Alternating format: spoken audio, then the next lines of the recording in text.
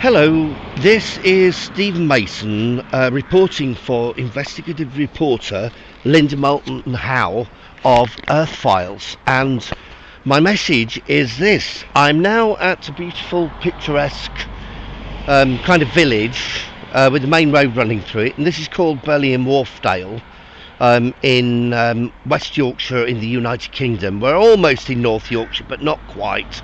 And this is the A65, I believe, which goes all the way into Ilkley and beyond. Now, I'm going to take you to see something, and it is a warning sign of a UFO hovering over a cow, which I find very, very peculiar. It is actually just after 7 o'clock on Thursday the 16th of July.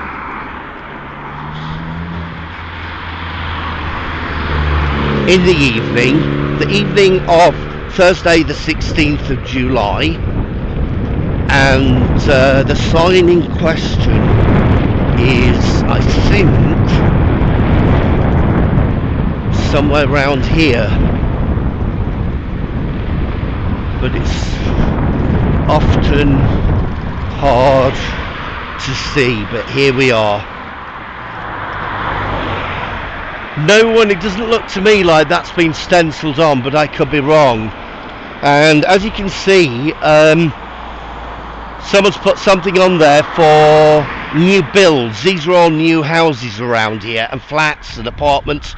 It's a very, very select leafy area of the United Kingdom. So this doesn't say anything about the sign there, but the sign looks to me as though it is an actual manufactured sign rather than something that's been stenciled on. But it could have been stenciled on, because I've noticed the cow's eye has what looks like a goggle eye stuck onto it by someone, so maybe it has been put there for a joke, I don't know. But the actual